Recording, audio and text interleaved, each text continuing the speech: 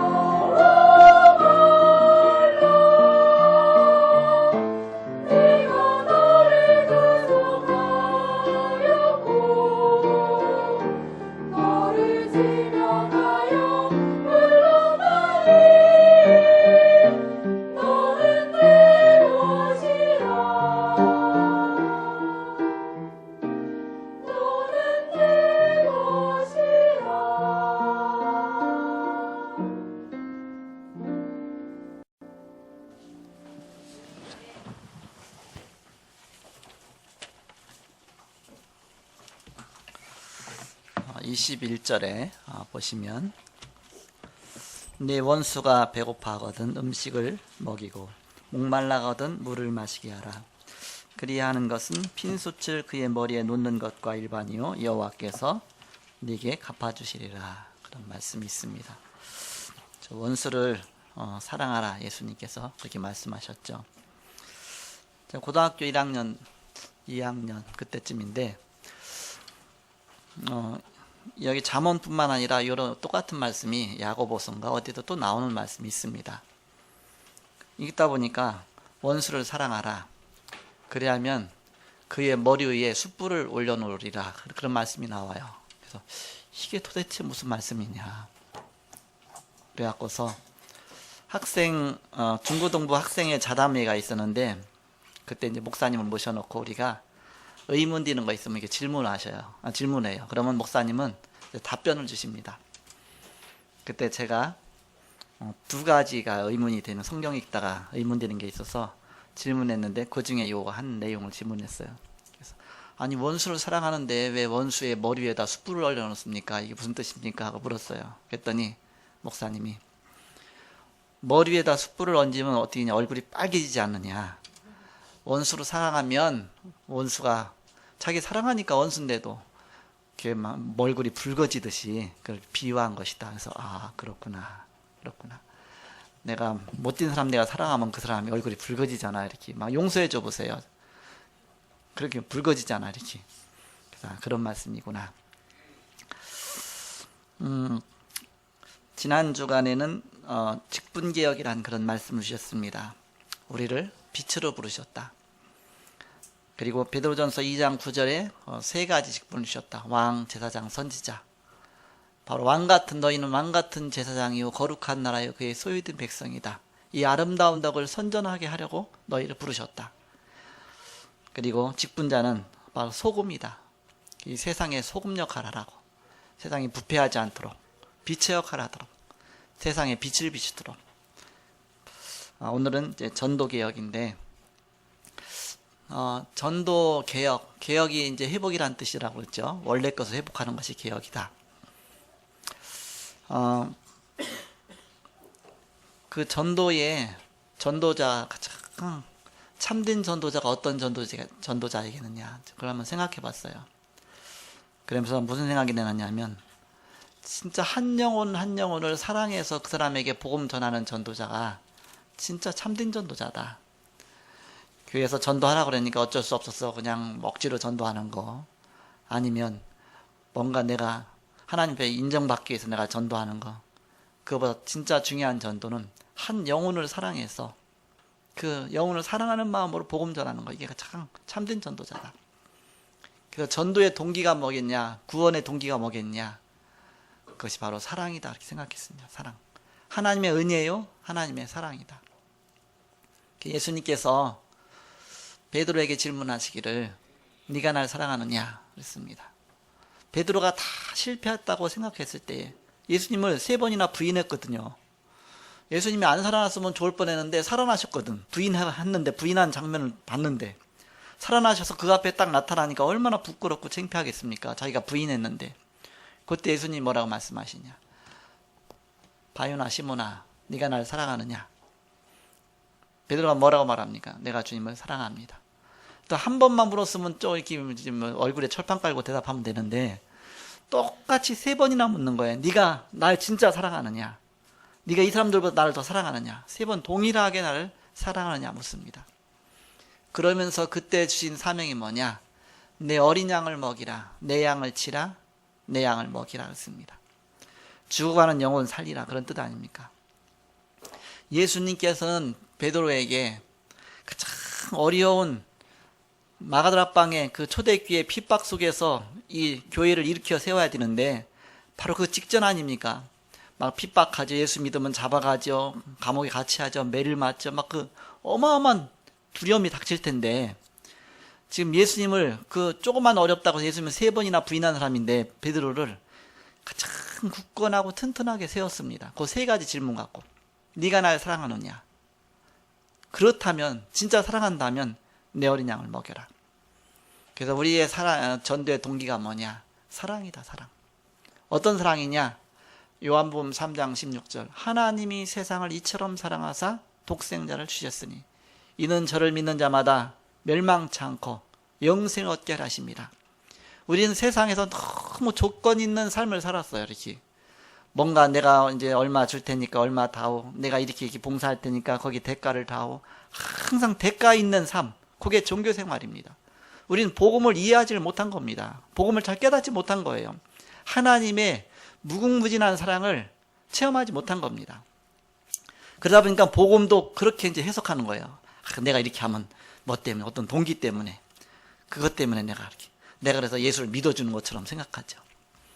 바로 하나님의 조건 없는 사랑, 이 세상에는 그런 사랑이 없습니다.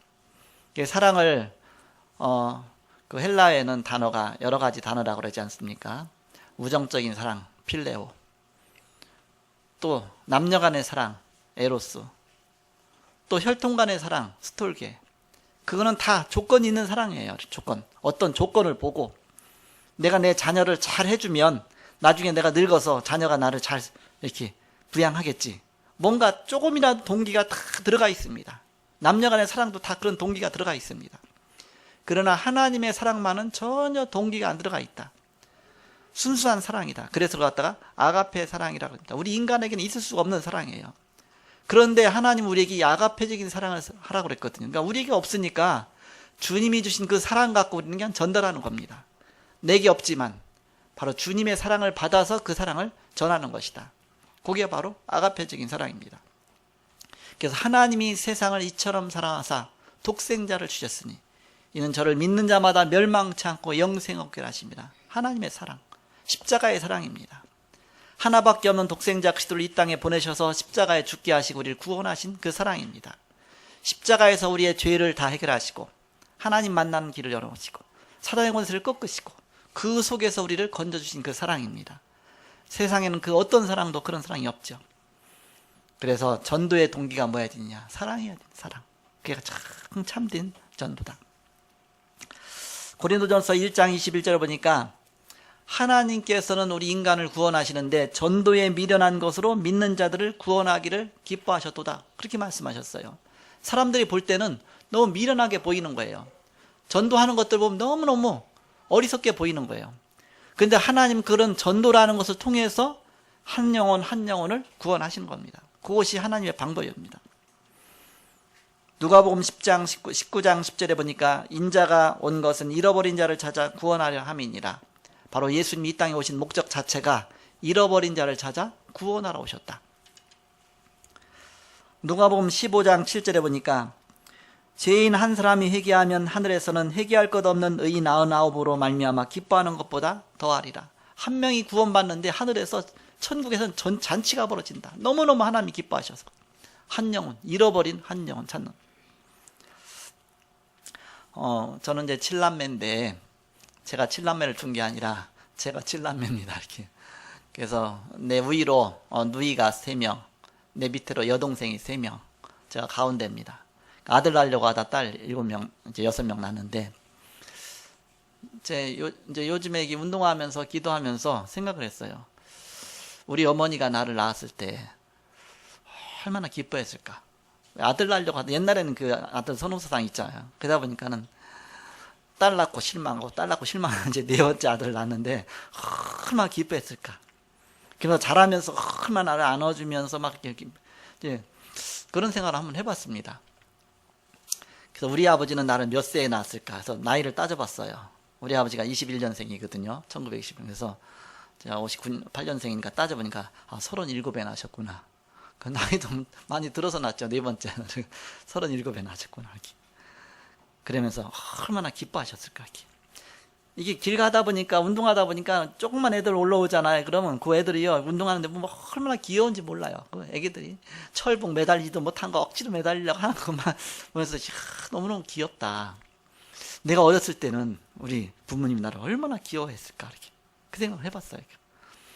그 아들 못 낳았다 한 명 낳았는데 한 영혼을 잃어버린 한 영혼을 하나님이 찾으셨을 때에 천국에서 천국 잔치가 벌어진다고 한 겁니다. 그렇게 기뻐하셨다. 우리 부모님이 나를 낳은 것보다 훨씬 하나님이 나를 구원하시기 위해서 예정하시고 창조하시고 예정하시고 섭리하시다가 하나님의 경륜 속에 어느 날 작정된 시간표 속에 우리를 하나님 역사 속에 다 구원하신 겁니다. 그래서 마침내 하나님이 아브라함에게 너는 너의 본토 친척 아비집을 떠나서 저 갈대아 우르를 떠나서 내가 네게 지시할 땅으로 가라. 그때 아브라함이 마침내 가나안 땅에 갔다 그랬잖아요. 마침내 하나님이 꼬시고 계속 아브라함 모르거든요. 메시아 보내시려고 계속 역사하고 어느 날 가나안 땅에 갔는데 마침내 가나안 땅이다. 하나님 볼 때 마침내지 아브라함 볼 때는 우연히 어쩌다. 하나님 볼 때 마침내 내가 구원받았구나. 근데 우리가 볼 때는 우연히 어쩌다가 내가 이렇게 교회 남았구나. 그렇게 되죠. 그게 아니다. 하나님은 전 우주 모든 세계 모든 걸 다 총동원해 갖고 바로 나를 구원하시기 위해서 역사하신 겁니다. 생각해 보니까 그게 믿어지는 거 있죠. 내가 우리 가문 속에서 살면 절대 예수 못 믿으니까. 왜 예수 믿는 가문이 아니에요. 유교적인 철저하게 유교 가문이고 우리 아버지 늘 서당에서 유교 가르치고 그랬던 사람이기 때문에 한문은 잘 가르치지만 절대 교회는 못 가게 했거든요. 이렇게. 그러니까 거기서는 교회를 갈 수가 없으니까 우리 집안을 망하게 해놔갖고서 우리 가정이 망한 거죠. 그래서 정처 없이 멀리 도둑이 산 거예요. 쉽게 말하면 밤에. 그래서 아무도 알지 못하는 데서 망한 겁니다. 망하다 보니까 지푸라기라도 잡는 심정으로 그냥 어쩌다가 이제는 교회를 가게 된 거예요. 문제 속에서 영적 문제가 왔으니까.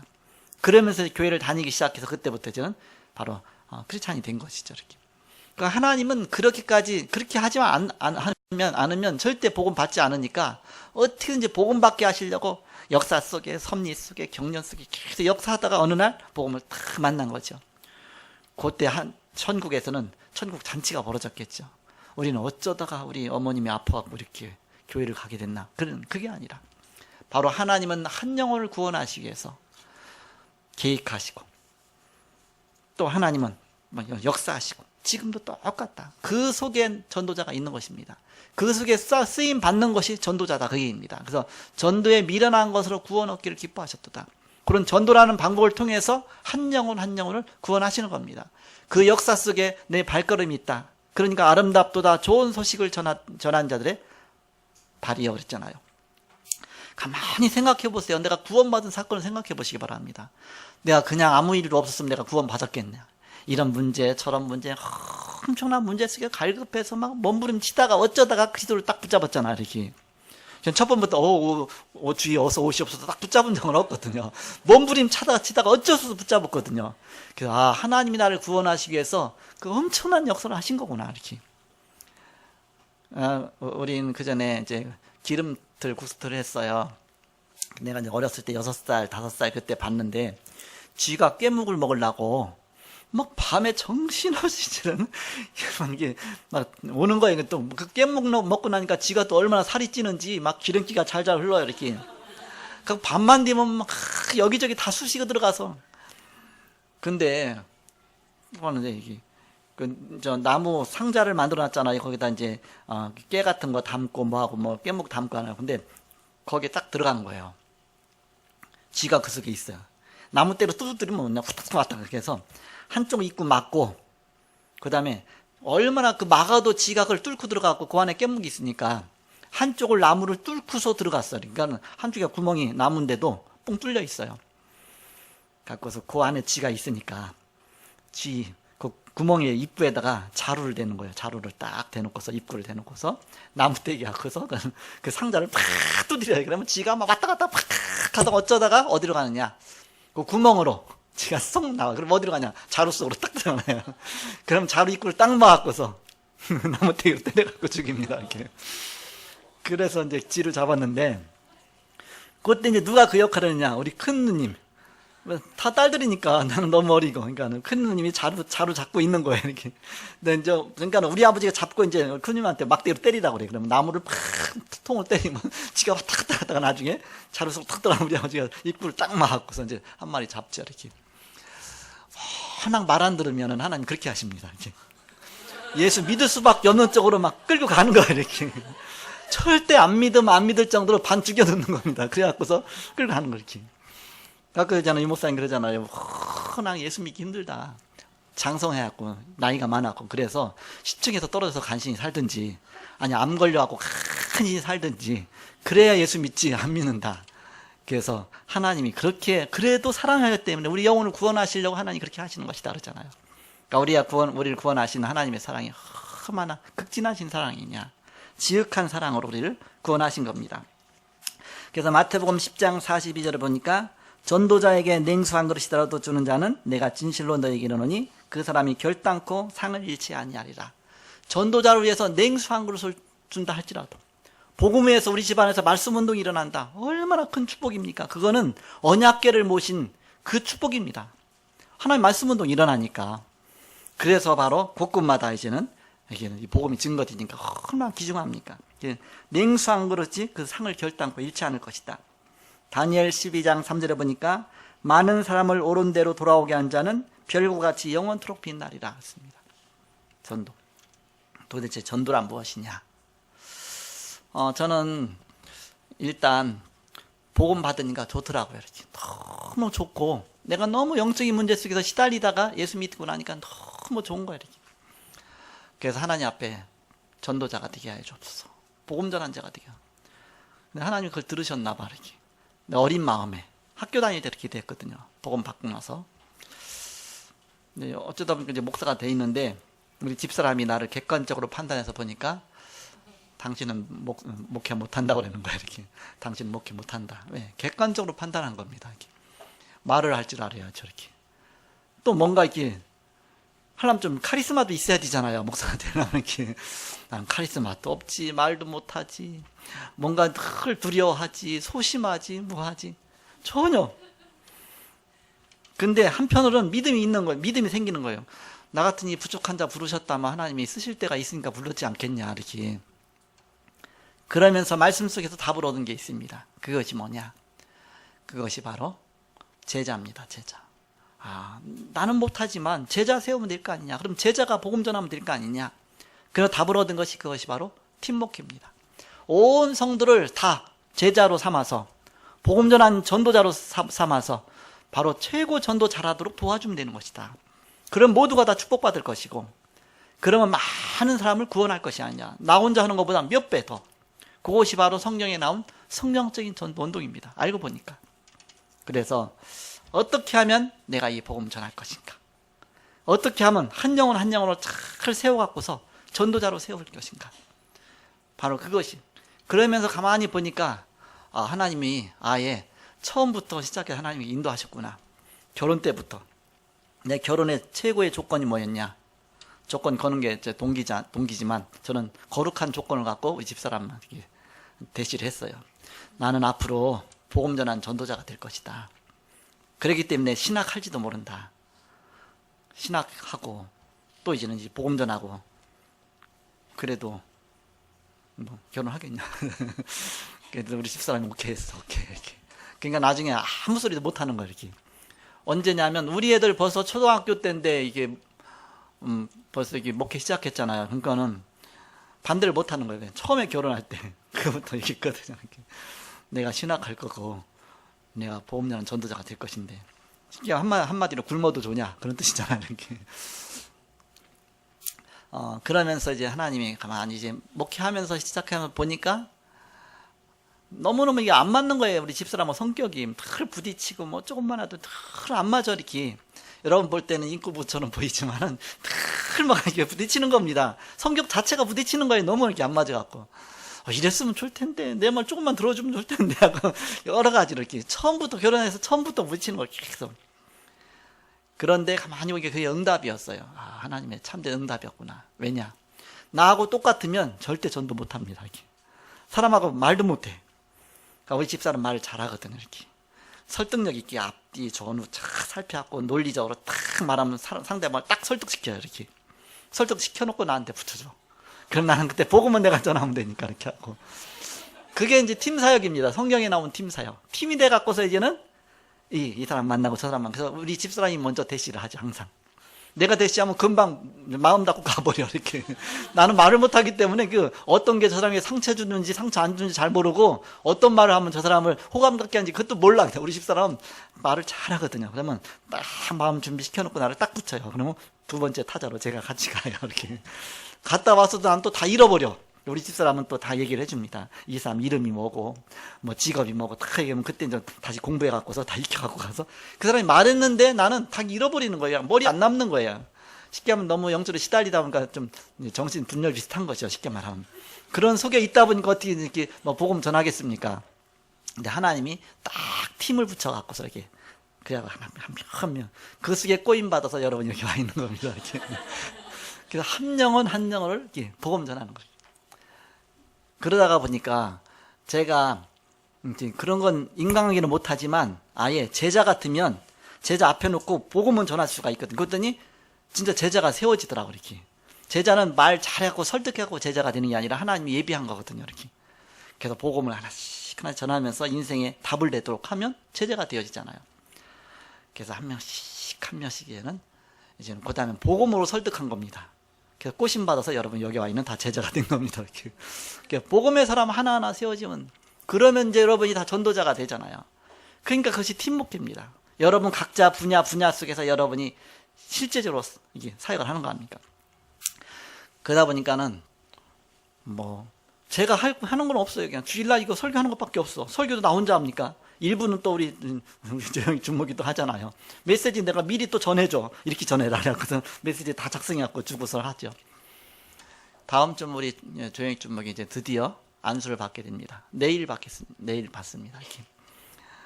그래서 몇 년 기다렸냐? 한 15년 기다렸어요. 15년. 처음에 무당 자녀 하다가 영접해서 교회 와서 복음 듣고서부터 하다가 어느 날 결단하고 이제 공부하기 시작하고 신학하고 하면서 또 더구나 또 현정사모하고 결혼하고 막 하다 보니까 빨리빨리 크는 거예요. 왜냐면 현정사모가 바탕이 좀 돼 있으니까.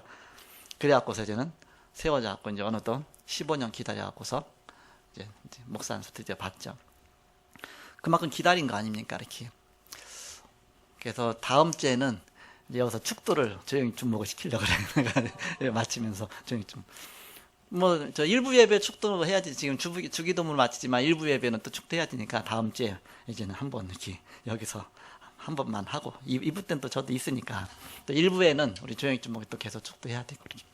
그게 팀목회입니다. 그게 무슨 말인가. 다 똑같은 목사다. 그 얘기입니다. 뭐 누가 더 높고 낮고 그런 게 아니다. 우리가 세계복음 하는 데 있어서는 똑같이 복음 깨닫고 언약 붙잡고 바로 은혜 받고서 우리가 다 같이 전도하는 것이다.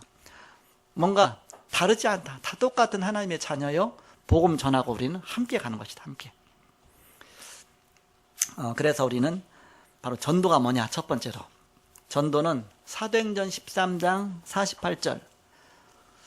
영생 얻기로 작정된 자는 다 믿더라 그랬습니다. 자, 영생 얻기로 작정하신 자가 있다. 하나님이 구원하시기로 작정된 자가 있다. 그 얘기입니다. 그 사람이 한 명 한 명 다 믿게. 여러분이 그냥 이게 와 있는 것 같아도 그게 아니다. 하나님이 구원하시기로 작정하셔갖고 여러분의 하나님이 복음 주시고 복음 듣게 하시고 예수 믿고 영접하게 하신 것이다. 영접한 사실이 있잖아요. 그게 이제 구원받았다는 증거입니다. 그래서 하나님이 나를 천에 하나 만에 하나 하나님이 나를 뽑으셔서 나를 구원하신 것이다. 그냥 구원이 아니잖아요. 12가지 문제 속에서 빠져나온 구원이잖아요. 창세기 3장 인생의 근본 문제, 죄와 사단과 지옥의 권세에서 빠져나왔죠. 창세기 6장 저주 가운데서 빠져나왔죠. 창세기 11장 바벨탑과 같은 그런 엄청 재앙 속에서 빠져나온 것이죠. 그러면서 사도행전 13장, 16장, 19장 이 문화 속에서 빠져나온 겁니다. 13장에 무당의 문화, 16장에 점술의 문화, 19장에 우상의 문화, 그런 많은 문화 속에서 복음 없는 문화 속에서 빠져나온 게 구원입니다. 그러면서 불신자 6가지 상태 속에서 하나님이 우리를 구원하신 겁니다. 마귀 자녀였었는데 하나님의 자녀로, 마귀 종로로 됐었는데 이제는 하나님의 종으로, 늘 정신적으로 시달렸었는데 이제는 하나님의 참된 평안 속에, 육신적으로 늘 실패했었는데 하나님이 참된 성공 주시고, 그리고 이제는 미래를 놓고 하나님이 완벽한 보장 속에서 나가고, 후대까지 망해야 되는데 이제는 수천 대까지 은혜 받는 축복 속에 나를 딱 세운 겁니다. 얼마나 큰 축복이냐. 그런 축복 속에 우리를 세우셔서 그 자리에 여러분이 있는 것입니다. 얼마나 감사하냐. 그것이 바로 전도다. 두 번째, 전도 방법도 우리는 올바르게 성령적인 전도 방법대로 해야 되죠. 성령적인 전도 운동의 방법이 뭐냐. 내가 있는 현장, 직장, 집, 가정, 그래서 매일같이 말씀 운동이 일어나는 거예요. 복음이 선포되는 겁니다. 어저께도 이제 우리 애들하고 같이 원식구 모여갖고 저녁 8시에 이제 가정 예배를 드렸어요. 그런데 그 가정 예배 드리는 게 그렇게 쉽지가 않아요. 이렇게 결혼해서는 우리 집사람하고 너무 서로 이제 말다툼이 많고 상처가 많으니까 가정예배 한다고 하다가 금방 거기서 불평이 나와요. 그러면 서로 또 영적 문제 드러나고 싸움으로 끝나버려요. 이렇게 예배하려고 하다. 도저히 안 되는 거야, 이렇게. 게다가 이제는 우리 애들 낳고 또 너무 어리니까 못하고. 좀 크니까 또 지들 잘났다고 지들 돌아다니니까 또 못하고. 또 나중에 외국 가니까 외국 가서 못하고. 유학 끝나고 왔는데. 근데 어느 날 이제 유학 마치고 와서 한국에 와서 딱 정착해서 가정예배 드리자 했더니 우리 애들이 선뜻 같이 드리자고 하는 거예요. 나랑 집사람 둘만 있으면 안 되는데 이제 애들이 같이 해줘. 그러면 너 사회하고 너 기도하고 이렇게 돌려가면서 해라 했더니 한 명은 사회하고 한 명은 기도하고 나는 설교하고 그런 식으로 해서 이제 돌아가면서 합니다. 이렇게. 그렇게 하니까는 됐는데 돼도 막 잃어버려. 까먹고 또 이제 어디 친구들 만나다 막 시간 지나서 그날 못 하게 되고 뭐 하게 되고 늘 그렇게 하다가 기도 제목으로는 가정 예배 놓고 기도. 근데 이제 드디어 정착이 된 것 같아. 그래갖고 토요일 자동으로 이제 그 시간 되면 딴 약속 안 하고 딱 모이고 자동차로 이제 예배하고 이제 드디어 뭐까지 같이 함께 예배 마치고서 기도 수첩 포럼까지 같이 해요. 이렇게. 그래서 이게 너무너무 귀한 것이다. 이렇게 이루어지는데 몇 년 걸렸냐? 자그만 한 3, 4년 걸린 겁니다. 그게 쉬운 게 아니거든요. 이렇게. 사단이 그쪽 문화로 허용을 안 하는 거예요. 사단은 어떻게든지 예배 아닌 문화로 가죠. 이렇게. 토요일 날 밤 되보세 끝까지 막 텔레비 보고 드라마 보고 하다가 아침에 일어나서 하잖아요. 예배. 그게 바로 문화 자체가 이제는 토요일이면 일찍 자고 해서 일찍 일어나고 뭔가 이렇게 예배하면서 그 중심으로 그게 잘 안 되잖아요. 사단의 문화 속에서 복음의 문화 바뀌는 데는 몇 년이 걸리는 겁니다. 그렇지만 우리는 복음을 사랑하는 마음으로 계속 지속하는 겁니다. 사랑하기 때문에 지속되는 거 아닙니까? 우리는 복음 운동은 사랑이다. 그래서 사랑엔 두 가지 사랑이 있다고 그러잖아요. 의로 하나님 사랑과 우리 사람 간의 사랑입니다. 십자가 사랑이라 하잖아요. 십자가가 10십자면 위로 뻗은 십자가 또 옆으로 좌우로 된 십자가 나무가 있잖아요. 그래서 하나님 사랑과 인간 사랑 합쳐져 갖고 그것이 바로 십자가 사랑이다. 그래서 바로 모든 평신도가 다 일어나 갖고서 모두가 다 전도자가 되는 것입니다. 그것이 바로 직위운동이고 다락방 운동이고 말씀 운동입니다. 바로 방법도 성경적인 말씀대로 올바른 방법을 해야 된다. 세 번째는 전도의 내용도 중요하죠. 바울은 예수 그리스도의 십자가와 부활의 당유성을 말했습니다. 무슨 말씀입니까? 사도행전 17장 3절에 보니까 바울이 데살로니가에서 복음 전하면서 성경을 가지고 강론하며 그랬죠. 성경 가지고 증명한 겁니다. 어떻게 증명했냐? 내가 너희에게 전하는 이 예수가 그리스도다. 그걸 성경 갖고 증명을 한 겁니다. 그래서 맞다. 예수님이 그리스도 맞구나. 그게 믿어지니까 이제는 믿고 영접하고 구원받고 거기서부터 역사가 일어나기 시작하는 겁니다. 그래서 멸망, 사단과 재앙과 지옥의 권세에서 멸망받는 속에서 바로 그리스도를 보내셔서 우리를 구원하셨다. 여기에 대한 정확한 복음. 그것이 바로 유일성이요. 오직 예수 외에는 다른 길이 없죠. 그것이 바로 오직이요. 사도행전 4장 12절에 다른 이로선 구원받을 수 없나니 천하 인간에 구원받을 만한 다른 이름을 우리에게 주신 게 없다. 그리스도란 뜻이 무슨 뜻인지 의미만 이해된다면 왜 예수여야 되는지, 왜 오직이어야 되는지, 왜 유일성인지를 우리가 알게 됩니다. 그래서 마태복음 4장 19절에 나를 따라오너라 내가 너희로 사람을 낚는 어부가 되게 하리라. 마가복음 3장 13절에서 15절 내가 너희를 부른 것은 나와 함께 있기 위함이요 보내서 전도도 하며 귀신을 내어쫓는 권세도 있게 하라 함이라.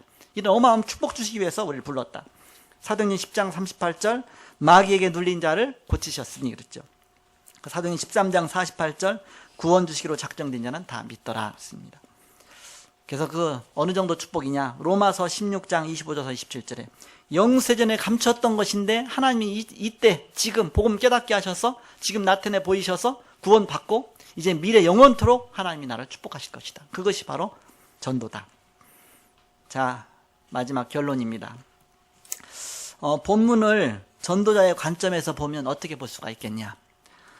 잠언 여러 가지로 관점에 볼 수 있겠죠. 저는 전도자의 관점에서 오늘 본문 내용을 봤습니다. 21절에 보니까 네 원수가 배고파거든 음식을 먹이고 목말라 하거든 물을 마시게 하라. 전도자의 관점에서 보면 참 전도자는 원수까지도 사랑하는 자이다. 그것이 바로 십자가의 사랑입니다. 예수님께서 그래서 원수를 사랑하라고 했잖아요. 참 전도자는 그래야 진짜 복음을 전할 수 있죠.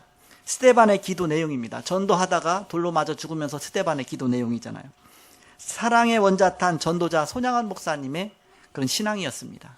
손양원 목사님은 자기 아들을 죽인 원수를 자기 아들로 삼았잖아요. 어떻게 그럴 수 있겠습니까?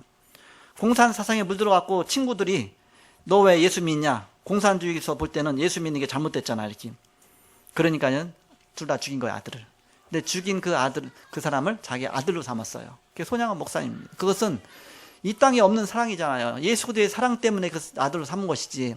그 아들이라고 왔었던 이제 문안하고 하는데 얼마나 또 괘씸하겠어요. 네가 내 아들 죽였어. 이렇게 아들을 삼았지만 그런 마음 들을 거 아닙니까? 그때마다 또 십자가 사랑 붙들고 예수님이 나를 사랑하셔서 나를 위해서 대신 죽으셨는데 우리에게 없는 사랑, 십자가의 사랑입니다. 22절에 보니까 그리하는 것은 핀수출 그의 머리에 놓는 것과 일반이요 여호와께서 네게 갚아주시리라. 즉 사람의 마음과 영혼을 움직이는 것이 참 전도의 비밀이다. 그렇게 사랑했는데 얼마나 얼굴이 뜨겁겠어요. 막 뜨거울 정도로 빨개졌겠죠. 너무 부끄럽고 창피하고서 이렇게. 마지막 이제 사형 선고하려고 그랬는데 이제는 재판 받고서 이제 손양원 목사님 이제는 찾아간 겁니다. 찾아갖고서 살려다와. 어차피 내 아들은 죽었는데 여기 한 명 또 영혼 죽으면 그 무슨 이익이 있겠냐. 죽이지 말라 했더니 안 된다. 이건 법적으로 살인자이기 때문에 바로 안 된다는 거예요. 법적으로 살려줄 수가 없는 거예요. 살인자라. 그때는 벌써 이제는 이제 그 민주주의 체제가 딱 들어온 겁니다. 서로 밀리고 싸우고 하다가 이제 그렇게 된 거죠. 그때 손양원 목사님이 딱 언뜻 예수님의 사랑이 생각났겠죠. 그러면 어떻게 하면 살릴 수 있겠냐? 방법이 없는 거니까. 그럼 내 아들로 삼겠다. 내 양자로 삼겠다. 내 아들이 그랬더니 그럼 어쩔 수 없다. 살려준 거야 이렇게. 그래서 바로 사는 겁니다. 그래서 아들로 삼은 그게 사랑의 원자탄이라는 영화도 나와 있잖아 이렇게. 자 23절에 보니까 북풍이 비를 일으킴 같이 참소하는 혀는 사람의 얼굴에 분을 일으키느니라. 이게 참소해보세요. 막 일러 바쳐보세요. 그럼 막 신경질 나잖아. 이렇게 막 서로 싸우잖아. 이렇게. 전도란 분을 일으키게 하는 사단의 권세를 꺾는 것이 전도다. 사단은 우리는 인간을 막 분을 일으키게 하고 막 미워하게 하고 막 그러잖아요. 막 서로 다투게 만들고 하죠. 마태복음 12장 28절 29절에 보니까 먼저 강한 자를 즉 사단 강한 자를 결박하지 않고 어떻게 그 가정을 구원하겠느냐. 보이지 않는 사단의 세력을 결박해야 복음이 증거된다. 그 얘기입니다. 그래서 사단이 역사하지 못하도록 막는 길은 두 가지가 있습니다. 뭐냐? 첫 번째는 그리스도의 이름으로 사단을 결박하는 것이고 또 두 번째는 뭐냐? 사단이 역사할 수 있는 틈을 주지 않는 것입니다. 즉 용서해주고 수용해주고 양보해주고 사랑해주고. 그럼 사단이 역사할 수 있는 틈이 없잖아요. 그럼 사단이 역사를 못하죠. 사단의 역사를 막는 데는 두 가지가 있다. 하나는 예수 그리스도의 이름으로 사단을 결박해서 물리치는 것이고 또 하나는 내가 사단이 역사할 수 없도록 내가 그냥 수용해주고 용서해주고 받아주는 겁니다. 그러면 사단이 역사하지 못하죠. 이렇게. 24절에 보니까 그런 말씀이 있죠. 다투는 여인과 함께 큰 집에서 사는 것보다 움막에서 혼자 사는 것이 나으니라. 그 앞에 가로해놓고 차라리 나으니라. 차라리 나으니라. 그게 무슨 말씀이냐? 사단이 역사할 수 있는 틈을 주지 말고 하나님만 바라보는 영적 축복을 누려라. 그래야 참된 전도자의 축복을 누릴 수가 있다. 그럼 전도자의 관점에서 보면 그렇다. 그럼 전도란 무엇이냐? 내게 임한 그리스도의 영광을 다른 사람에게 말하는 것이다. 사도행 1장 8절 오직 성령이 너에게 말씀 너희가 권능받고 예루살렘과 온 유대와 사마리아 땅까지 내 증인 되리라. 되라 그러지 않고 되리라. 되어질 거다. 네가 성령 충만 받으라. 성령 충만이 뭐냐? 나를 비우고 그리스도로 충만해지는 겁니다. 내 것 갖고는 안 되니까. 내 사랑 갖고는 안 되니까. 성령으로 충만해져라. 성령은 그리스도의 영입니다. 하나님의 영입니다. 성령 충만해지면 우리를 통해서 이런 역사가 나타나게 된다. 그래서 오늘 전도개혁이라는 말씀을 주셨습니다. 바로 전도란 뭐냐? 올바른 방법이 뭐냐? 전도의 내용이 뭐냐? 이 중요한 걸 붙잡고 한 주간 동안 기도하면서 많은 응답 누리시고 승리한 여러분 되시기를 주의 이름으로 축원합니다. 기도하겠습니다. 하나님 감사합니다. 우리가 전도할 수 없는 미련하고 부족하고 연약한 자이지만 먼저 예수 그리스도께서 십자가의 사랑으로 우리를 구원하시고 하나님의 사랑에 힘입은 사랑에 축복받은 자들입니다. 우리가 그리스도의 아가페적인 사랑 갖고 많은 영혼을 사랑하며 한 영혼 한 영혼 놓고 기도하며 또 그들에게 관심 가지며 그들에게 복음을 전해주는 전도자의 축복 누리게 하여 주옵소서.